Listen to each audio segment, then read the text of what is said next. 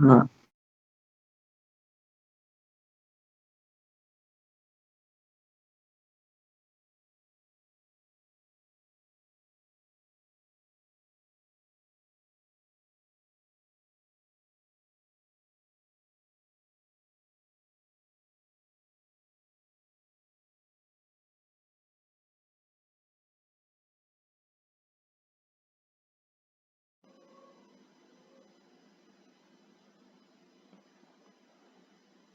Sir.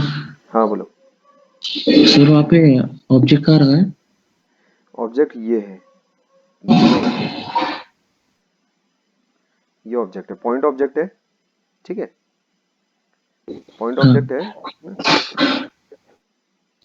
और उस पर फोर्सेस कुछ इस प्रकार लग रही हैं, 4 स्ट्रिंग लगी हुई है। ठीक है, दोनों पॉइंट ऑब्जेक्ट्स पर। एक पॉइंट ऑब्जेक्ट पर 3 स्ट्रिंग है, यहाँ देखो। ये पहला, ठीक है, ये पहला, ये दूसरा और ये तीसरा। ऐसा 3 स्ट्रिंग है पहले ऑब्जेक्ट पर, दूसरे ऑब्जेक्ट पर 2 स्ट्रिंग है, ये पहला और ये दूसरा। ऐसा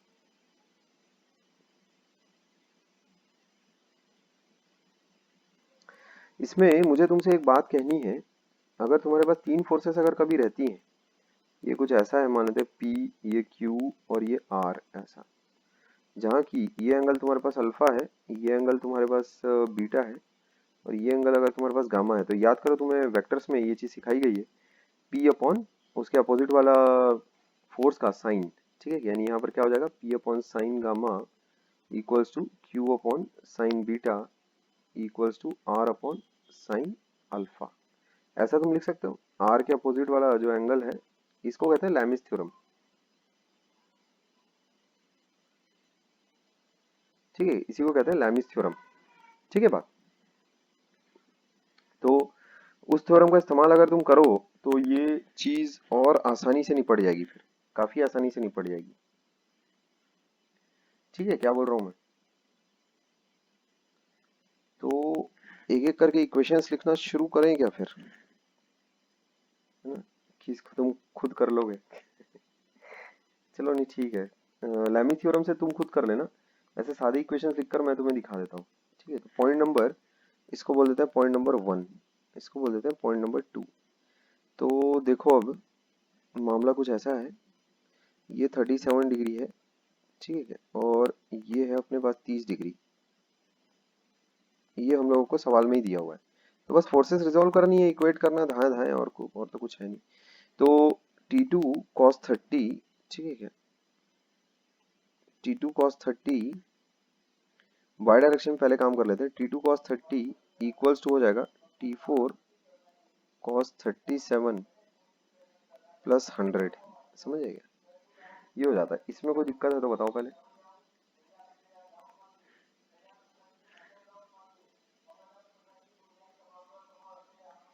ठीक है,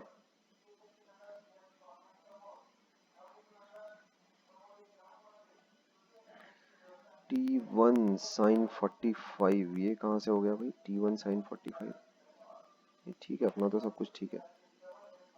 अच्छा, इसके बाद y डायरेक्शन का हो गया। x डायरेक्शन में देखो कैसा काम चलेगा अपना। T2 का x डायरेक्शन कितना हो जाएगा? T2 sin 30, ठीक है, plus T4 sin 37 cos 37 sin 37 equals to T1। ये आ रहा है, ये हो गया 1, ये हो गया 2। ठीक है, इसमें किसी को कोई गड़बड़ लग रही है तो बताए।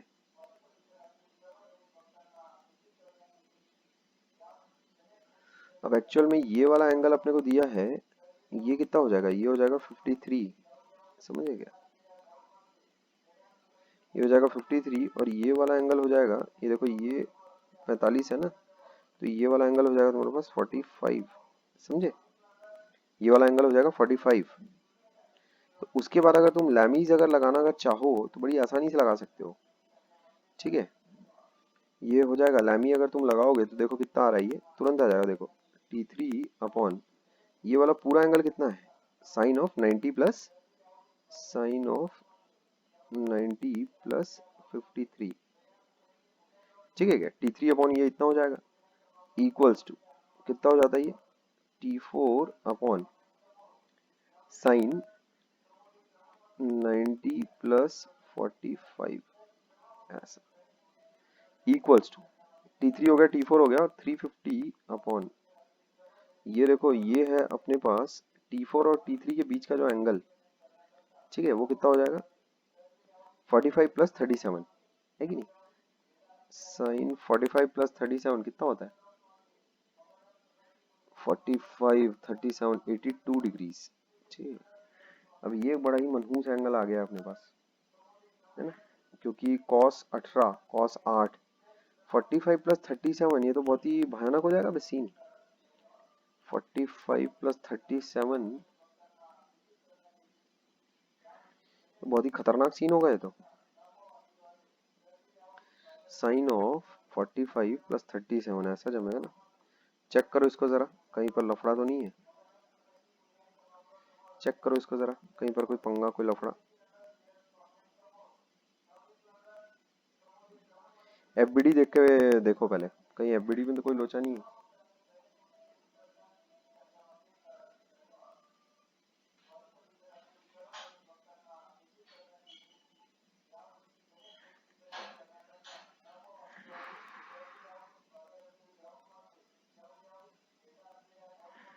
ठीक है, अब तुम इसको लिख के खुद ही से सॉल्व कर लेना भाई, ठीक है क्या, मैं इसमें नहीं पढ़ रहा हूँ। ये लैमी वगैरह छोड़ो, या तो फिर है ना, ये तो तुम कर ही सकते हो, बाय लैमीज थ्योरम तो कर ही सकते हो। सादा सिंपल अपना फोर्स की इक्वेशंस अगर लिखो, बैलेंस अगर तुम करते हो, देखो T3 का x वाले में कितना आ रहा है, देखो पहले सबसे पहले x में कितना आ रहा है T3 cos 45, ठीक है बात, बराबर किसके बराबर रहेगी T4 cos 53 के बराबर। cos 53 का मतलब हो गया 3/5 इसके बराबर, ठीक है, ये हो जाता है तीसरा। और चौथा तुम कैसे निकालोगे T4 cos 37, ठीक है, यानी ये T4 cos 37, ठीक है, प्लस T3 cos 45, ये कितना आ जाएगा अपने पास T3 cos 45, ठीक है, T4 cos 53, अच्छा नहीं T4 cos 37 और T3 cos 45 ये मिलकर होंगे बराबर तुम्हारे 350 के। ये हो जाएगा तुम्हारा चौथा इक्वेशन, ठीक है क्या। अब इक्वेशन सॉल्विंग में मैंने घुस नहीं रहा हूँ, पर ये चारों इक्वेशन तुम्हारे सामने बनाकर ऐसा पटक दिए मैंने, ठीक है क्या, ये वही है सेम, ठीक है, ये दोनों सेम ही है, ठीक है, सेम ही इक्वेशंस आएगी दोनों से, बट फिर भी मैंने अलग अलग लिखा है। ये जो 350 के नीचे वाला जो एंगल है 70 और 12 82, तो 82 डिग्री तो कोई स्टैंडर्ड एंगल है नहीं, लेकिन 45 और 37 में तो मैं मरन हो गया रहता मेरा, तो 350 अपॉन साइन 82 में तो वो पूरा कांड हो गया रहता गंदा। 82 तो कोई स्टैंडर्ड एंगल नहीं है ना बे, 82 तो कोई स्टैंडर्ड एंगल होता नहीं है। चलो खैर, अब क्या कर सकते हैं, इवेलुएट तो किया ही जा सकता था, कोई दिक्कत नहीं आती उसमें भी। वो sine A cos B plus sine B cos A वैसा फॉर्मूला अगर लगा देते तुरंत आ गया रहता। ठीक है चलो कोई बात नहीं।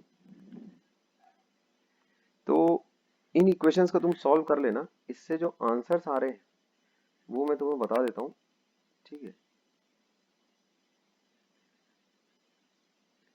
4 टेंशन हम लोगों को निकालना था, ठीक है क्या, तो उससे एक टेंशन तो आता है तुम्हारा, है ना, आंसर इसके ले लो, इसको सॉल्व जरूर करके देखना, सॉल्व नहीं करोगे तो नुकसान तुम्हारा है, मेरा कुछ नहीं जाएगा, ठीक है। ये आ रहा है, एक आंसर आ रहा है 50 बाहर निकला हुआ है, और 3 + 2√3। ये प्रॉब्लम्स के कैसा मेरे पास आंसर है, ठीक है क्या, उसको मैं नोट डाउन करा रहा हूँ, ठीक है। ये आता है एक टेंशन, दूसरा एक और टेंशन आता है 200√3 न्यूटन, ठीक है। टेंशंस आर,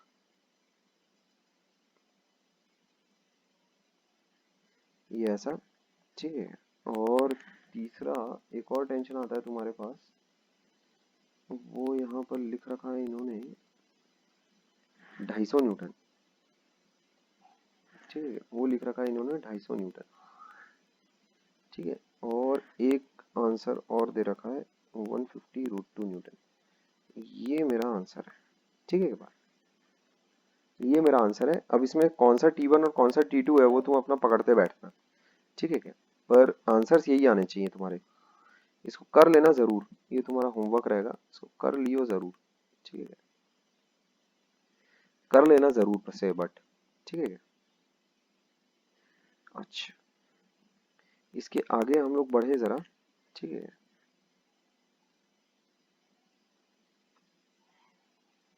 अगले सवाल की ओर। यहाँ पर अगर किसी को कोई दिक्कत है, फ्री बॉडी डायग्राम से अगर किसी को कोई दिक्कत है तो बताए पहले मेरे को।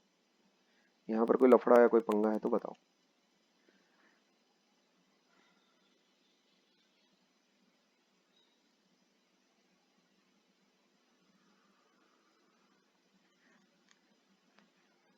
यहाँ तक अगर कोई इश्यू है तो बताओ।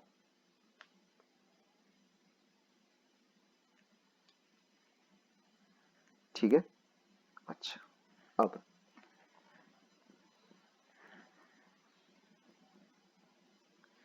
इसके आगे बढ़ने से पहले एक मिनट जरा मैं थोड़ा सा ब्रेक ले लूँ, एक सेकंड।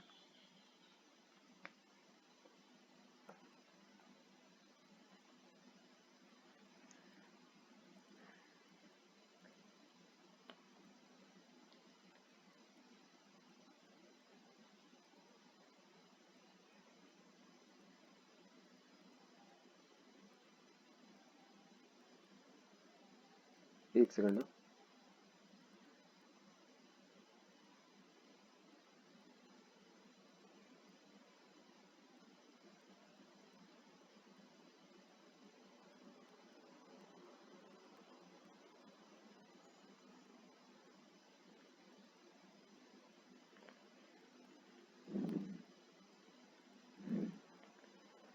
ठीक है, अगर कोई डाउट होगा तो थोड़ा तेज बोलना, ठीक है क्या।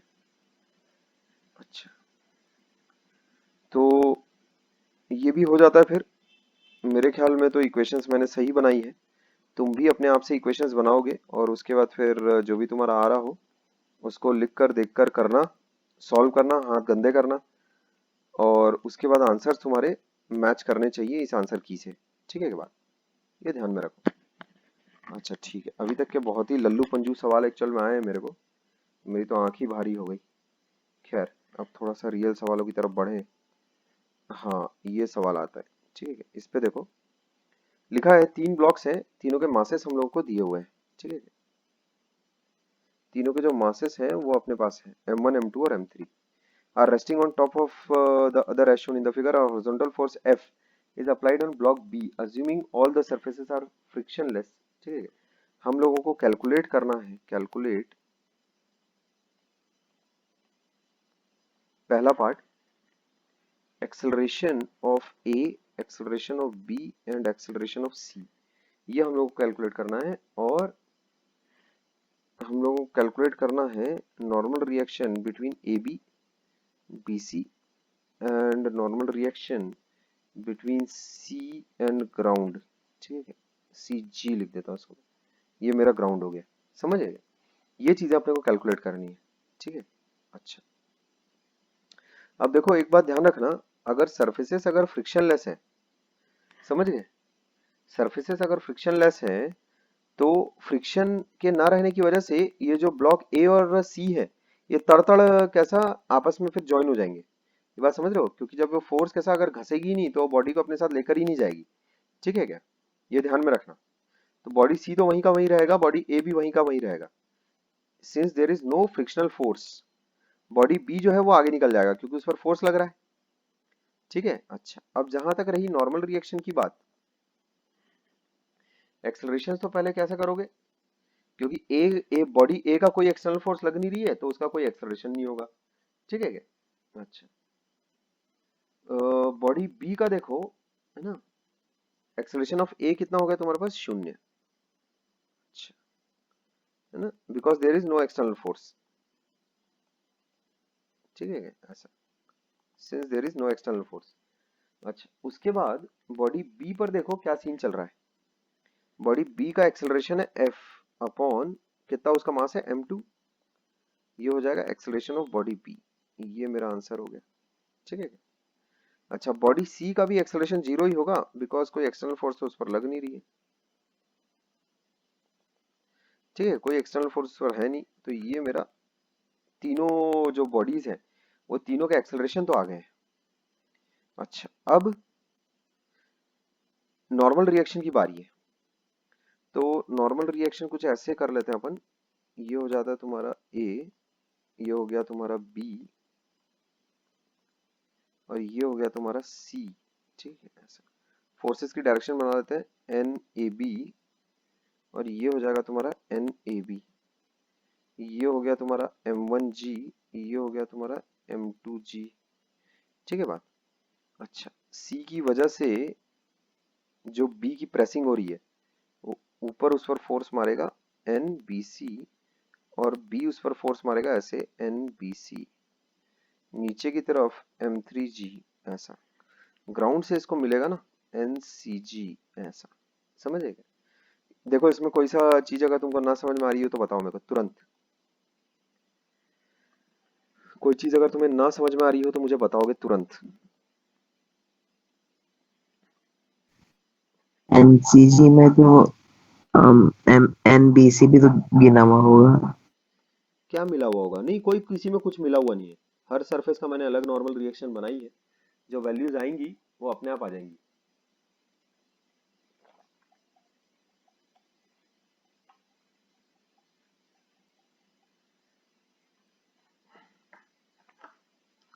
तू मिला हुआ के टर्म्स में अगर बातचीत करना चाह रहा है तो पहले मैं फोर्सेस सारी निकाल लूंगा, उसके बाद देखूंगा कौन किस में मिला हुआ है क्या है।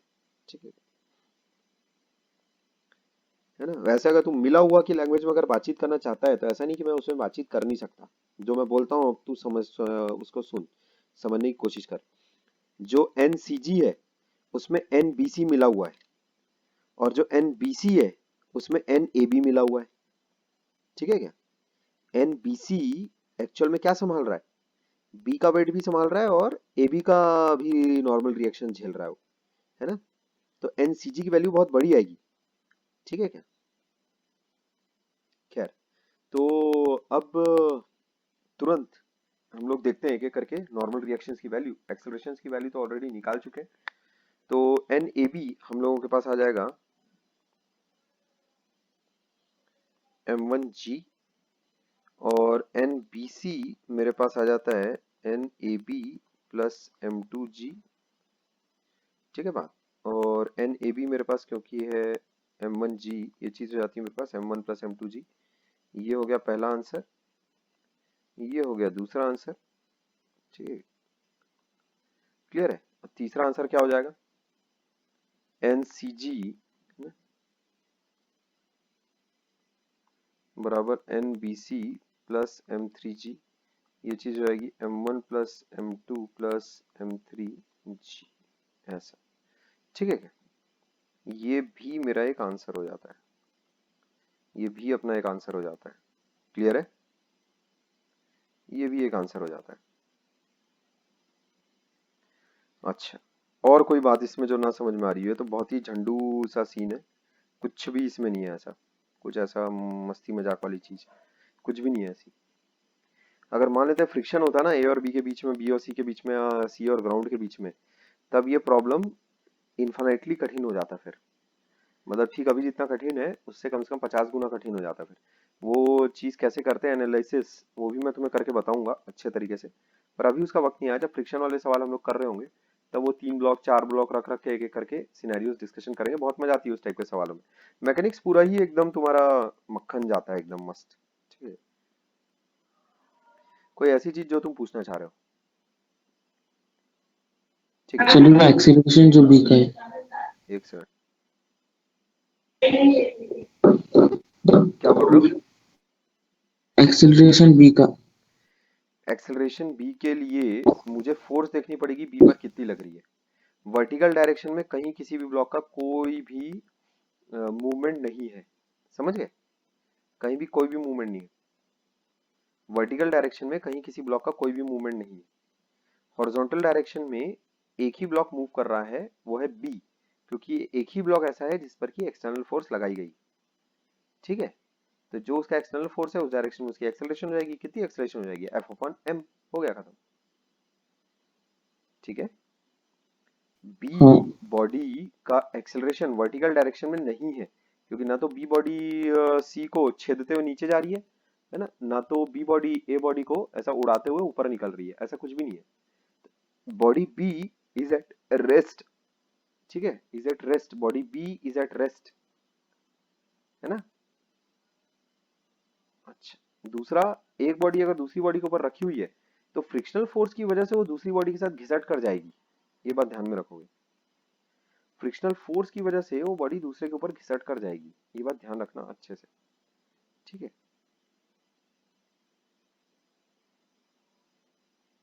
और कुछ जो इसमें तुम कहना चाह रहे हो, कुछ बोलना चाह रहे हो?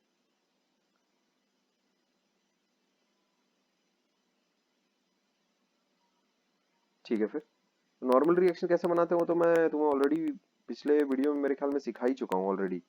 ठीक है, खैर, तो आगे बढ़ा जाए क्विकली। तो अब यहाँ देखो, मामला कुछ ऐसा है। दो ब्लॉक्स हैं of masses m1 and m2 are placed side by side on a smooth horizontal surface as shown in figure A। जब पिछले वाले सवाल में एक्चुअली मैं तुमसे एक बात करना चाह रहा था, जैसे अगर मान लेते हैं कोई ऐसा ब्लॉक रखा हुआ है और उसके ऊपर एक और ब्लॉक है। लेट्स से अभी सरफेसेस रफ है, ठीक है, ये रफ है और ये स्मूथ है मान लेते हैं। ठीक है, ऐसा कुछ सीन है, ये कैपिटल M, ये स्मॉल m। ये तो यार अच्छे सवाल तो मैं खुद भी बना ही सकता हूँ, कोई दिक्कत नहीं। अगर मान लेते हैं नीचे वाले ब्लॉक पर अगर फोर्स अगर लगाई गई तो तुमको क्या लगता है कि क्या होगा? क्या लगता है कि क्या होगा? देखो, नीचे वाला सरफेस स्मूथ है, नीचे वाले सरफेस से यहाँ पर कोई फ्रिक्शन नहीं मिलेगा तुमको, ये इसका FBD हो जाएगा, कैपिटल F, और इस डायरेक्शन में एक्सेलरेशन होगी। समझ गए? इस डायरेक्शन में एक्सेलरेशन होगी। ठीक है, अब हॉरिजॉन्टल डायरेक्शन में कैसे लिखोगे? F equals to capital MA, ये हो गई पहली इक्वेशन। दूसरी इक्वेशन क्या हो गई? N बराबर कैपिटल MG, ये हो गई दूसरी इक्वेशन। ऐसा, ठीक है। हाँ, अभी मैंने इसमें ये कंसिडर नहीं किया कि ऊपर की तरफ से भी एक नॉर्मल रिएक्शन आ रहा होगा। देखो यहाँ पर चूक हो गई मेरे से, फ्री बॉडी डायग्राम अगर गड़बड़ बनेगा ना तो सब घटिया हो जाता है। ये एक फोर्स ये भी तो लगाएगा ऊपर वाला, M जो प्रेस कर रहा है नीचे। ठीक है, तो N dash plus capital MG equals to MG, ऐसा। ये N डैश प्लस MG बराबर N होगा, N, ऐसा। इसमें अगर किसी को कुछ बोलना है तो बोले, अच्छी बात है। अब दूसरी बॉडी के फ्री बॉडी डायग्राम पर आते हैं, तो दूसरी बॉडी में तुम्हारा यहाँ पर ये सब तो ठीक है, स्मॉल mg लगा, एन डैश ऊपर की तरफ इस पर लग गया, ये सब कुछ तो ठीक है। बात आती है फ्रिक्शन की, तो ये बात ध्यान में रखना, जब ये नीचे वाला ब्लॉक जब चलेगा तो खुद तुम कॉमन सेंस से सोचो, ये ऊपर वाला ब्लॉक उसी के साथ साथ चलेगा कि नहीं चलेगा? एकदम चलेगा। तो फ्रिक्शनल जो फोर्स है वो एक्चुअल में सपोर्ट करेगी इसका मोशन। ठीक है, ऐसा जो छोटा वाला ब्लॉक है वो फ्रिक्शनल फोर्स की वजह से चलेगा आगे। अच्छा, दूसरा अपने को ये तो पता है कि फ्रिक्शनल फोर्सेस कैसा रहती है तुम्हारे पास, ये हो गया स्मॉल f। तो capital F minus small f तुमको ये लगाना था, capital F minus small f equal to तुमको लगाना था कैपिटल M टाइम्स A। ठीक है, ये जो सरफेस है ना, ये वाली जो सरफेस है ये ऐसा, तो इस सरफेस में एक फोर्स ऐसी लग रही है, तो जाहिर सी बात है उसका जो रिएक्शन पेयर होगा वो ऐसा लगेगा। समझे? तो ये मेरे को काफी अच्छा लगा, ये चीज तुम्हारे घर वालों ने ध्यान में रखी। ठीक है, खैर। अच्छा, अब यहाँ देखो,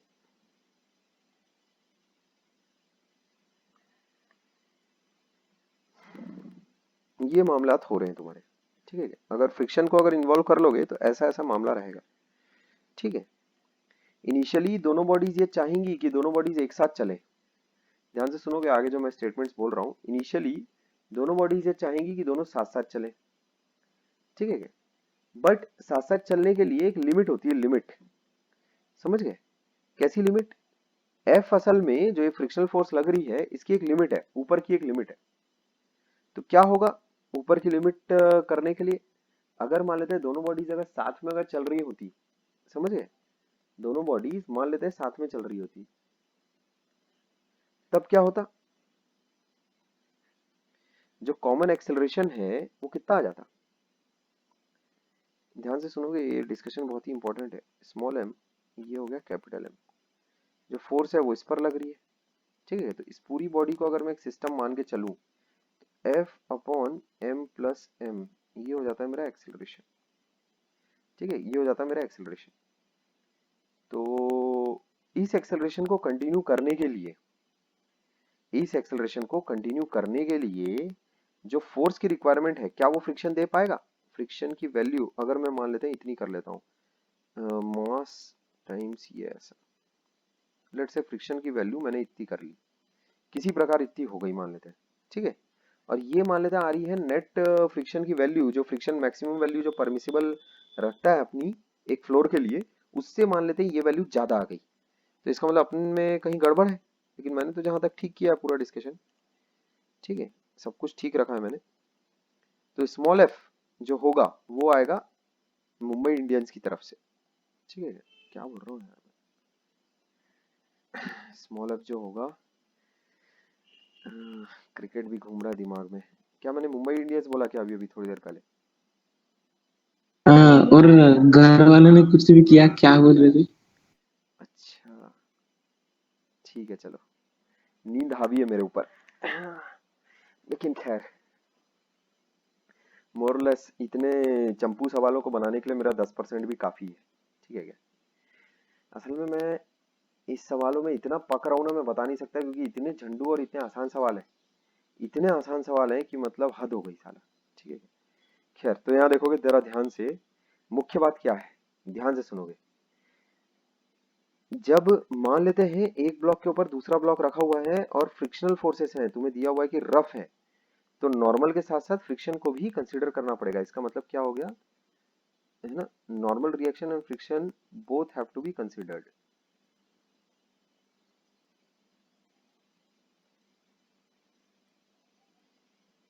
ठीक है। तो अब ध्यान से सुनो, होगा क्या, इनिशियली दोनों ब्लॉक्स के साथ साथ साथ चलने की उनकी टेंडेंसी होगी, समझ गए, इनिशियली दोनों ब्लॉक्स के साथ साथ चलने की टेंडेंसी होगी।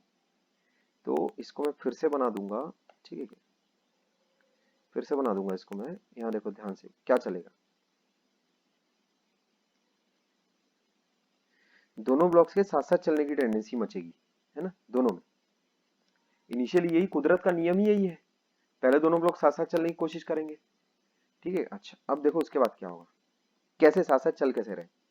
जो ऊपर वाला ब्लॉक है उस पर एक तो लग रहा है नीचे की तरफ mg और एक लग रहा है ऊपर की तरफ कैपिटल N। तो हॉरिजॉन्टल डायरेक्शन में किस वजह से चल रहा है, एक ही एक्सेलरेशन की वजह से चलेंगे दोनों के दोनों इनिशियली, यही कोशिश होगी पूरी, समझ गए क्या। अच्छा, और वो एक्सेलरेशन कहाँ से आएगा, तुम इस पूरी बॉडी को एक बॉडी मान लो, समझ गए, इस पूरी बॉडी को, ये दोनों अलग अलग बॉडीज है उसको एक बॉडी मान लो।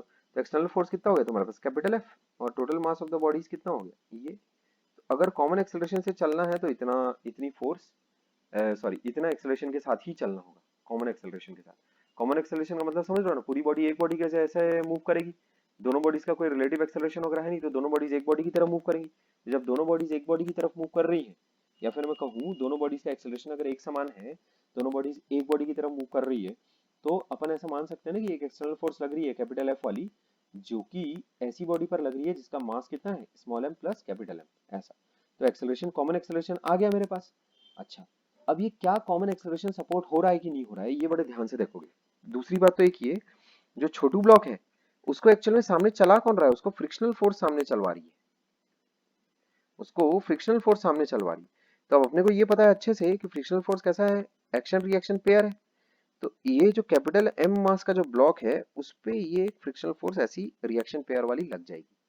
अच्छा, ये जो नॉर्मल रिएक्शन है ये छोटू एम ने बड़ू एम को दिया है, तो, है ना, छोटू एम ने बड़ी, सॉरी, जो बड़ू एम है उसने छोटी एम को दिया है, ये वाली चीज कहां से आई है, by capital M on small M, ठीक है, ये ध्यान में रखना। By capital M on small M. ठीक है, ये चीज ध्यान में रखोगे हमेशा, है ना।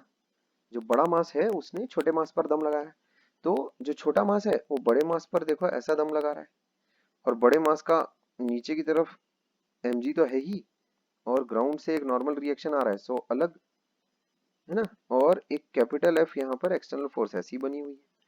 ठीक है क्या, ये है तुम्हारी बॉडी बी। ठीक है, ये इनफैक्ट कहना चाहिए है बॉडी ए, है ना। ये मामला थे। अब इसमें इक्वेशंस वगैरह तो तुम खुद ही से लिख लोगे, मुझे ऐसी पूरी उम्मीद है। ये बकवासबाजी अपन हटा लेते हैं। ठीक है, ये देखो, ये मेरे हिसाब से परफेक्ट फ्री बॉडी डायग्राम है। इसमें कहीं कोई अगर कुछ गलती निकाल सकता है तो बताए।